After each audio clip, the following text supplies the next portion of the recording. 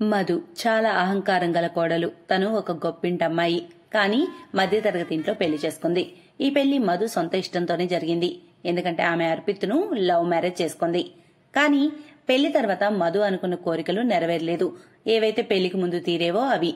ఎప్పుడు ఏది కావాలన్నా అవి క్షణంలోనే ఆమెకు దొరికేవి. అవన్నీ ఇప్పుడు ఆగిపోయాయి. అందువల్ల మధు చాలా కోపంగా ఉంటుంది. కోపంలో పంతానికి మధు తన పాత స్నేహితులతో మళ్లీ అక్కడికి ఇక్కడికి తిరగడం మొదలుపెట్టింది. ఇక వారిని తరచుగా తన ఇంటికి పిలుస్తుంది. ఇది మధు అత్తకు పెద్దగా నచ్చేది కాదు. ఎందుకంటే మధు అత్త శోభకు మధు ఫ్రెండ్స్ చెడు అలవాట్లు కలవారని అర్థం అవడం వల్ల ఆమె ఈ విషయం గురించి అర్పిత్తో మాట్లాడి అంతా చక్కదిద్దాలనుకుంది. ఇప్పుడు మీ మనసుకు శాంతిగా ఉందా? రగానే ఎక్కించేశారా మీ కొడుక్కి? ఏం కావాలి అసలు మీకు? నా బతుకెందుకు ఇలా నాశనం చేస్తున్నారు? నేనేం చేశాను మిమ్మల్ని? నిజంగా నాకు చిరాకొస్తుంది. ఈ ఇంట్లో పెళ్లి చేసుకుని నా తల్లాత నేనే చెడగొట్టుకున్నాను. మధు, అమ్మతో మాట్లాడే పద్ధతి ఇదేనా? అరే, అమ్మ నీ మంచి గురించి ఆలోచిస్తుంది. నీ స్నేహితులు అసలు సరిగ్గా లేరు. చూడలేదా నువ్వు? వాళ్ళ బ్యాడ్ హ్యాబిట్స్, స్మోకింగ్ చేస్తారు, డ్రింకింగ్ చేస్తారు, క్లబ్స్ కి వెళ్లి రాత్రంతా ప్యాక్ ఆడతారు. ఇవన్నీ ఒక సంస్కార ఇళ్లకు మర్యాదనిస్తాయా? కొంచెమైనా బుద్ధి పెట్టి ఆలోచిస్తున్నావా నువ్వు? చాలు, ఇక ఆపండి. నా స్నేహితుల్ని తప్పు పడతారా? అరే, వాళ్ళు డబ్బున్న వాళ్ళు అలాగే ఉంటారు. నేను పెళ్లి తర్వాత అవన్నీ వదిలేశాను. అంతకుముందు నేను కూడా అవన్నీ చేశాను. ఏమో ఇక ముందు ముందు తిరిగి మళ్లీ నా అలవాట్లు నేను మొదలు పెడతానేమో. దానిలో నాకేమి చెడు కనిపించడం లేదు. ఇక అత్తయ్య మీరు ఇక ఈ రోజు తర్వాత మీరు నా స్నేహితులను ఒక్క మాట అనడానికి వీల్లేదు. ఇది నా లైఫ్. నాకు నచ్చినట్లు నేను బతకాలనుకుంటున్నాను. అర్థమైందా మీకు? దయచేసి మీరు నా విషయాల్లో కల్పించుకోవద్దు. ఆ తర్వాత నుంచి మధు అత్తయ్య ఆమెకు ఏమైనా చెప్పడం కూడా మానేసింది. దానివల్ల మధుకి ఇంకా స్వేచ్ఛ దొరికింది. ఇక ఇప్పుడు ఆమె తన ఫ్రెండ్స్ తో ఇంకా ఎక్కువ సమయం గడపడం ప్రారంభించింది. తన ఇద్దరి ముఖ్య స్నేహితురాళ్లు షాలు, రీతు ఇంట్లో కూర్చొనున్నారు. మధు చాలా ఆకలిస్తుంది. వర్షం కూడా భలే ఉంది. ఇప్పుడు వేడివేడి పకోడీ టీ ఉంటే అబ్బా అదిరిపోతుంది కదా. వా షాలు, ఐడియా భలే ఉంది. నా కోసం పన్నీర్ ఇంకా మిర్చి పకోడా తప్పకుండా చేపించాలి నువ్వు. కానీ చేసేదెవరు? నీ ఇంట్లో నాకు కుక్ ఎవరు కనిపించడం లేదే.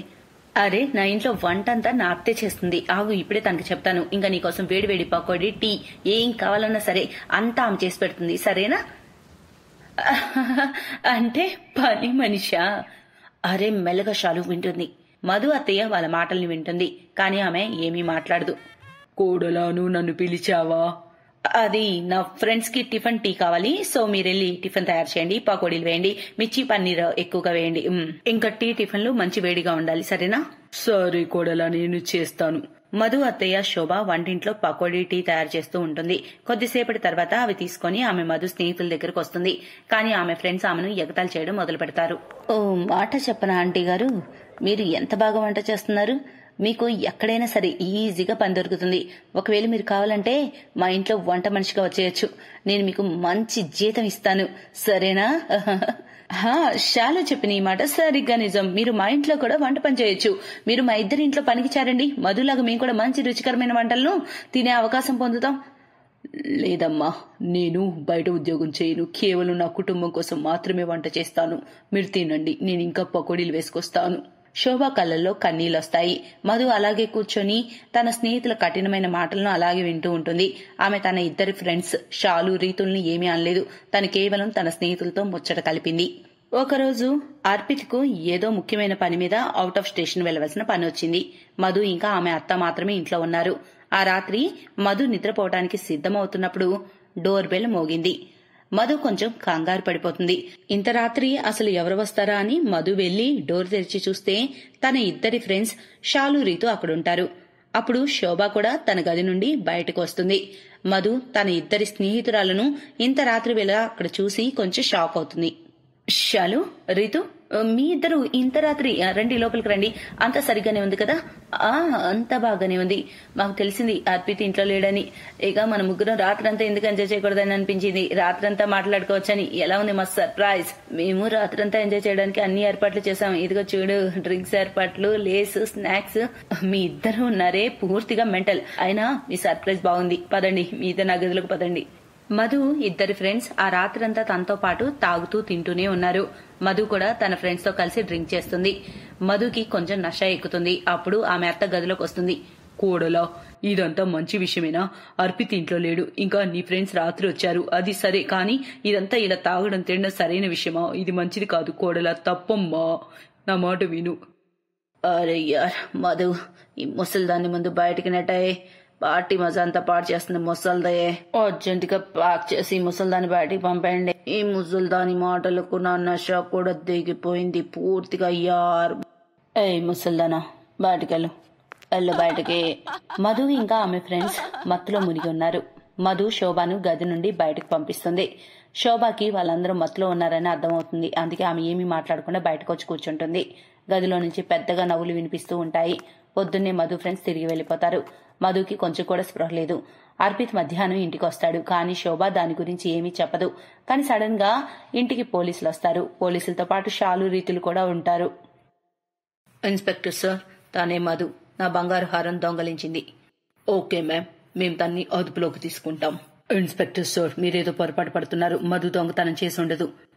నువ్వేమంటున్నావు షాలు? నేను నీ బంగారు హారం ఎప్పుడు దొంగిలించాను? నా దగ్గర నీ ఏ బంగారు హారం లేదు.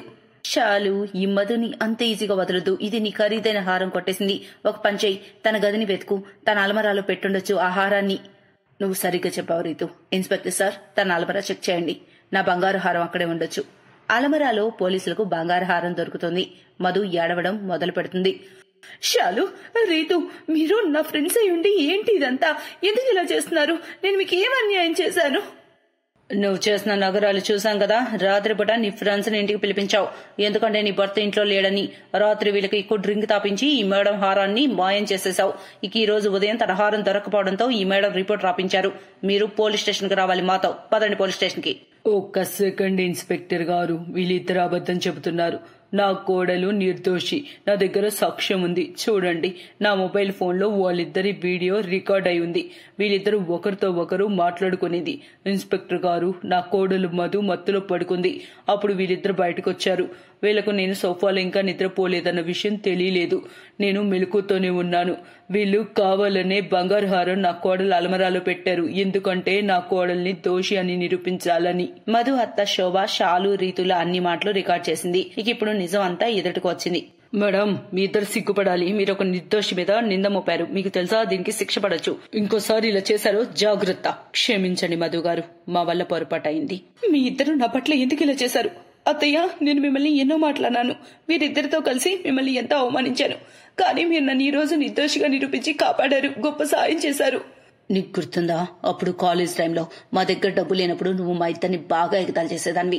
ఇక ఇప్పుడు పెళ్లి తర్వాత నువ్వు పేద్దాని అయ్యావు. ఇంకా మేమిద్దరం గొప్ప వాళ్ళమయ్యాం. మేము నీపై ప్రతీకారం తీర్చుకోవాలనుకున్నాం, మా పాత పగ శాంతించడం కోసం. కానీ మీ అత్తయ్య నిన్ను కాపాడింది. షటప్, వెళ్ళిపోండి నా ఇంటి నుంచి. ఇక ఈ రోజు తర్వాత మీ ముఖాలు నాకు చూపించొద్దు. మధు ఇద్దరి ఫ్రెండ్స్ అక్కడి నుంచి వెళ్లిపోతారు. ఆ తర్వాత మధు ఇంకా శోభ ఇద్దరి అత్తాకోడళ్ల బంధం ఇంకా ప్రేమ నింపుకొని ముందుకు సాగింది.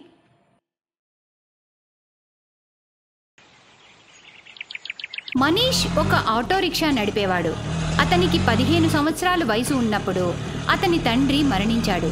అప్పటి నుండి మనీష్ ఇంటి బాధ్యతలు చూసుకునేందుకు కాలేజ్ మానేసి తన తండ్రి ఆటో నడపడం మొదలుపెట్టాడు. మనీష్ వాళ్ళక్క సురేఖ పెళ్లి కోసం తండ్రి చేసిన అప్పు తీర్చేందుకు మనీష్ అతని ఇంటిని అమ్మేసి అతని తల్లితో ఒక కిరాయింట్లో ఉంటున్నాడు. మనీష్ వాళ్ళక్క తన అత్తారింట్లో సంతోషంగా ఉంటుంది. దాంతో మనీష్ ఆనందంగా ఉంటాడు. అమ్మా, నా ఫోన్కి సురేఖ అక్క కాల్ చేసింది. ఇదిగో మాట్లాడు. ఆ తర్వాత నేను పనికి బయలుదేరుతాను. హలో సురేఖ అక్క, ఇదిగో అమ్మతో మాట్లాడు. తల్లి, జాగ్రత్తగా ఉండమ్మా. బాగా తినాలి. దాంతో పుట్టబోయే బిడ్డ ఆరోగ్యంగా ఉంటుంది. ఇక ఇప్పుడు నేను త్వరలోనే అమ్మమ్మని, మనీషు మావయ్య కావాలని కోరుకుంటున్నాను. ఇంకా కోడలొస్తే చాలు, నేను ప్రశాంతంగా తీర్థయాత్రలకి వెళ్ళిపోతాను. లేదు, నా మనవళ్లతో అడుకున్నాకనే వెళ్తాలే. అమ్మా, మనీష్ కోసం ఒక మంచి అమ్మాయిని చూడమ్మా. అమ్మా, నాకు లేట్ అవుతుంది, మీరు తర్వాత మాట్లాడుకోండి. సరే సురేఖ, మనీష్కి లేట్ అవుతుందట, తర్వాత మాట్లాడతా. మనీష్ ఆటోను తీసుకుని బయలుదేరతాడు. అప్పటికే అతనికి చాలా లేట్ అవుతుంది. అదీ కాక దారిలో చాలా ట్రాఫిక్ ఉంటుంది. అతను కస్టమర్స్ కోసం వెయిట్ చేస్తూ ఉండగా అప్పుడే అతని తోటి ఆటో డ్రైవర్ ఎవరో అమ్మాయితో గొడవ పడుతూ ఉంటాడు. చూడండి మేడం, అలా అవ్వదు. మిమ్మల్ని ఇక్కడ వరకు దింపినందుకు డబ్బులు ఇవ్వాలి. నా డబ్బులు నాకు ఇవ్వండి చాలు. అరే అన్నా, నేను చెప్పాను కదా, నా పర్స్ ఎక్కడో దారిలో పడిపోయింది. నా డబ్బులు, మొబైల్ ఫోన్ అన్నీ దానిలోనే ఉన్నాయి. నేను చెప్తున్నా కదా, నాకు మీ నెంబర్ ఇవ్వండి. నేను మీ నెంబర్కి డబ్బులు పంపించేస్తాను. నాకు లేట్ అవుతుందన్నా, నేను ఆ హోటల్లోని ఫంక్షన్కి వెళ్ళాలి. ఏమైంది నిరంజన్? అరే చూడ్రా, పొద్దున్నే మొదటి బేరం దొరికింది, కానీ డబ్బులు ఇవ్వట్లేదు. ఈ మేడం పర్స్ ఎక్కడో పడిపోయిందట. నాకు డబ్బులు తర్వాత ఇస్తానంటుంది. అరే అలా ఎలా అవుతుందిరా? ఏం పర్లేదు నిరంజన్, అప్పుడప్పుడు వేరే వాళ్ళ ఇబ్బందుల్ని కూడా అర్థం చేసుకోవాలి. ఒక పని చేయి, నీకు ఎంత ఇవ్వాలో చెప్పు, నేను ఇచ్చేస్తాను. ఈ మేడం నాకు తర్వాత ఇస్తారులే. మనీష్ నిరంజన్కి 200 రూపాయలు ఆటో డబ్బులు ఇస్తాడు. Thank you so much. నా పేరు అర్చన. నాకు మీ నెంబర్ ఇవ్వండి, నేను మీకు ఆన్లైన్ పేమెంట్ చేస్తాను. నాకు లేట్ అవ్వకపోయి ఉంటే నేను మీకు ఇప్పుడే డబ్బులు ఇచ్చేసేదాన్ని. ఏం పర్వాలేదు మేడం, ఇదిగోండి నా నంబర్. అర్చన అనే ఆ అమ్మాయి మనీష్ మొబైల్ నంబర్ తీసుకుంటుంది. ఆ మరుసటి రోజు మనీష్కి ఆన్లైన్ ట్రాన్స్ఫర్ చేసేస్తుంది. నేను మీ డబ్బులు మీ అకౌంట్కి వేసేసాను, చెక్ చేసుకోండి. అండ్ నిన్నటి దానికి మీకు చాలా థ్యాంక్స్. నేనెవరో కూడా తెలియకుండా మీరు నాకు చాలా హెల్ప్ చేశారు. అర్చన మనీష్లు మాట్లాడుకుంటూ ఉంటారు. అర్చనకి మనీష్తో మాట్లాడడం చాలా నచ్చుతుంది. ఆ తర్వాత కొన్నిసార్లు అర్చన మనీష్ని మార్కెట్లో కలుస్తూ ఉంటుంది. మెల్లమెల్లగా వాళ్ళిద్దరూ ఫ్రెండ్స్ అవుతారు. అర్చన ఒక పెద్దింటి అమ్మాయిని మనీష్కి అర్థమవుతుంది. అర్చన, నువ్వు చాలా ధనవంతులింటి అమ్మాయివి. నీకు నాకు భూమికి ఆకాశానికి ఉన్నంత తేడా ఉంది. నేను ఒక ఆటో నడుపుకునే చాలా పేదవాణ్ణి. ఇలా మన మధ్య స్నేహం కరెక్ట్ కాదు. ప్లీజ్ నువ్వు ఇక నన్ను కలవకు. నేను ఈరోజు నీకు నా ప్రేమ గురించి చెప్పడానికి వచ్చాను, కానీ నువ్వేమో విడిపోవడం గురించి చెప్తున్నావు. నువ్వంటే నాకు చాలా ఇష్టం మనీష్. నేను నా ఫ్యూచర్ లైఫ్ అంతా నీతో కలిసి బ్రతకాలనుకుంటున్నాను. నువ్వు ఇలా నన్ను అలా అంటూ అర్చన ఏడుస్తూ ఉంది. అప్పుడు మనీష్ తనని హత్తుకుంటాడు. అర్చన తన తల్లిదండ్రులతో ఈ విషయం చెప్పి బలవంతంగా పెళ్లికి ఒప్పిస్తుంది. ఇటు మనీష్ కూడా తన తల్లి మరియు అక్కతో మాట్లాడతాడు. ఆ తర్వాత ఒక మంచి ముహూర్తానికి వాళ్ళిద్దరికీ పెళ్లి జరుగుతుంది. అర్చనది చాలా మంచి స్వభావం. తన అత్తవారింటి వాళ్ళు చాలా పేదవారు అనే విషయంపై తనకి ఎలాంటి ఇబ్బంది ఉండదు. తను ఎప్పుడూ ఆ విషయంపై ఫిర్యాదే చేయలేదు. అర్చన, నువ్వు నన్ను పెళ్లి చేసుకుని ఆనందంగానే ఉన్నావా? నేను నిన్ను మనస్ఫూర్తిగా ప్రేమించాను. నేను నీతో చాలా ఆనందంగా ఉన్నాను. అత్తగారు, సురేఖ వదిన అందరూ నన్ను ఎంతో బాగా చూసుకుంటున్నారు. నేను మా ఇల్లు వదిలొచ్చినట్లు నాకు అనిపించట్లేదు మనీష్. అప్పుడే అర్చన అత్తగారు అక్కడికి వస్తుంది. చల్లగా ఉండు కోడలా, నీలాంటి కోడలు దొరికినందుకు మేము చాలా అదృష్టవంతులం. అర్చన వదిన, ఇది చూడండి, నేను మీకోసం కొత్త శారీ తెచ్చాను. మీరు ఈరోజు సాయంత్రం పూజకి ఇదే వేసుకోండి. సురేఖ వదిన, ఈ చీర చాలా బాగుంది, ఇదే వేసుకుంటాను. కానీ ఒక్క షరతు, ఈరోజు మీరే నన్ను తయారు చేయాలి. ప్రామిస్? అర్చన మాటలకి సురేఖ కళ్ళల్లో నీళ్లు తిరుగుతాయి. తను ఇంత ప్రేమగా ఉండి గౌరవించే వదిన వస్తుందని సురేఖ ఎన్నడూ అనుకోలేదు. నిజంగానే అర్చన అందరి మనసుల్లో ఒక మంచి స్థానాన్ని సంపాదిస్తుంది. ఇప్పుడు అర్చన లేకుండా ఎవ్వరూ ఉండలేరు. సురేఖకి మగపిల్లాడు పుడతాడు. ఇటు అర్చన కూడా గర్భవతి అవుతుంది. అర్చన అమ్మ కాబోతుందని తన తల్లిదండ్రులకు తెలియగానే వాళ్ళు తనని కలవడానికి వస్తారు. కానీ అర్చన అత్తారింటిని చూసి వాళ్ల మొహం మాడిపోతుంది. అర్చన, నువ్వు మీ అమ్మా నాన్నలతో కూర్చో అమ్మా, నేను వెళ్ళి టిఫిన్ తీసుకొస్తాను. ఏంటి అర్చన, నువ్వు ఇలాంటి పరిస్థితుల్లో కూడా ఇంట్లో పనంతా చేస్తావా? ఏం మాట్లాడుతున్నావు లలిత నువ్వు? అసలు మన కూతురు ఎలాంటి ఇంటికి వచ్చిందో నీకు అర్థమవుతుందా? ఇక్కడ 2 పూటలు తినడానికి కూడా ఆలోచించాల్సి వస్తుంది. వీళ్ళు ఒక్క పూట వండుకునే కూరలే 2వ పూట కూడా తింటారు. మనీష్ మరియు అత్తగారు నన్ను చాలాసార్లు ఇంట్లో ఎవరినైనా పనిమిషన్ పెట్టుకోమన్నారు. కానీ నేను రోజంతా ఇంట్లోనే ఉంటాను కాబట్టి నాకు కూడా ఏమీ తోచదు. అయినా కానీ నేను ఏ పని చెయ్యను నాన్న, అంతా మా అత్తగారే చేసుకుంటారు. నన్ను అస్సలు చేయనివ్వరు. టీ తీసుకోండి. అర్చన, నీకు ఈ సమోసాలు ఇష్టం కదా, తీసుకో. మీ అమ్మా నాన్నలకు కూడా ఇవ్వు. లేదు లేదు, నేను ఆయిలీ ఫుడ్ తక్కువ తింటాను. అర్చన, నువ్వు కూడా ఇవేవి తినకు. నువ్వు ఈ టైంలో జ్యూస్, ఫ్రూట్స్ అవన్నీ తీసుకోవాలి. వదిన గారు, మీకు అన్నీ తెలుసు కదా, ఈ సమోసాలు అవి అస్సలు తినకూడదు కదా. మమ్మీ, నువ్వేమీ టెన్షన్ పడకు. అత్తయ్య గారు నన్ను చాలా బాగా చూసుకుంటారు. అత్తయ్య గారు నాకు టైంకి పళ్ళు, పాలు అన్నీ ఇస్తారు. అప్పుడే అక్కడికి సురేఖ వస్తుంది. అర్చన వదిన, నేను డాక్టర్ అపాయింట్మెంట్ తీసుకున్నాను. రేపు ఉదయం 11 గంటలకి మీరు నాతో రావాలి. మీ చెకప్ మరియు ఇంజెక్షన్స్ అన్నీ అయిపోతాయి. సురేఖ, నీ డెలివరీ ఏ హాస్పిటల్లో అయింది? అదే డాక్టర్ గురించి చెప్తున్నావా? అదే పెద్ద బజార్లో హాస్పిటల్ ఉంది కదా, అక్కడ నేహా అనే డాక్టర్ ఉంటారు. ఏంటి? ఆ చీప్ అండ్ గలీజ్ హాస్పిటలా?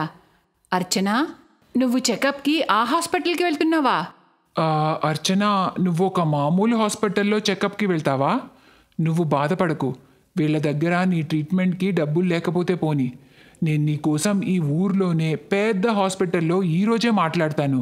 నువ్వు వెంటనే నీ సామాన్లు ప్యాక్ చేసుకో, మన ఇంటికి పదా. ఎవరింటికి? మీ ఇంటికా నాన్నా? నేను నా ఇంటిని వదిలి ఎక్కడికి రాలేను. డాక్టర్ నేహా చాలా మంచి డాక్టర్. తను సురేఖ వదినకి నార్మల్ డెలివరీ చేసింది. తను నన్ను పూర్తిగా రెస్ట్ తీసుకోమని చెప్పింది. మీరు సరిగ్గా వినలేదనుకుంటా. నాన్న, నేను రేపు సురేఖ వదినతో కలిసి డాక్టర్ దగ్గరికి వెళ్ళాలి. మీరు ఇంకా కాసేపు ఉంటారా లేక వెళ్తారా? ఎందుకంటే ఇప్పుడు మనీష్ వస్తున్నాడు. అదే, ఊర్లో ఒక కొత్త రెస్టారెంట్ ఓపెన్ అయింది కదా, అక్కడ నా ఫేవరెట్ ఐస్ క్రీమ్ దొరుకుతుంది. అందుకే మేమందరం అక్కడికి వెళ్తున్నాం. అర్చనకి అలాంటి ప్లాన్ ఏమీ లేదని అత్తగారికి మరియు సురేఖకి తెలుసు. కానీ అర్చన తన తల్లిదండ్రులకి బుద్ధి చెప్పాలనుకుంటుంది. తన అత్తగారి వాళ్ళని ఇంకా ఇన్సల్ట్ చేయకపోవడమే వారికి మంచిది. అర్చన యొక్క తల్లిదండ్రులు మౌనంగా ఉంటారు. కాసేపటికి అక్కడి నుండి వెళ్ళిపోతారు. ఆ తర్వాత అర్చన తన అత్తగారిని సురేఖని ప్రేమగా హత్తుకుంటుంది. Best buddies. హలో ఫ్రెండ్స్, ఈ వీడియో చూసినందుకు మీకు ధన్యవాదాలు. ఒకవేళ మీకు ఈ వీడియో నచ్చినట్లయితే దయచేసి లైక్ చేసి సబ్స్క్రైబ్ చేయండి మరియు ఈ వీడియోపై కామెంట్ చేయండి. ఇంకో విషయం, షేర్ చేయడం మర్చిపోకండి. ఇలాంటి మరిన్ని వీడియోలు మీరు చూడాలనుకుంటే కిందనే ఉన్న బెల్ బటన్ని నొక్కండి. చూస్తూనే ఉండండి బెస్ట్ బడీస్.